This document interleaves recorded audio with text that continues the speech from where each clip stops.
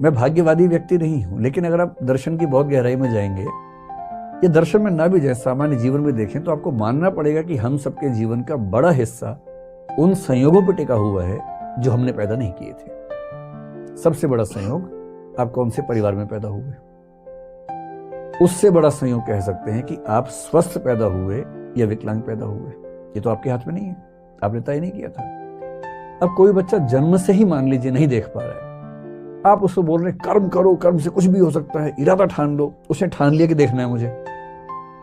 विज्ञान में कोई युक्ति है नहीं, जिंदगी भर प्रयास कर रहा, देखूं, नहीं देख पा रहा, तो इरादे से क्या हो गया, कर्मों से क्या हो गया?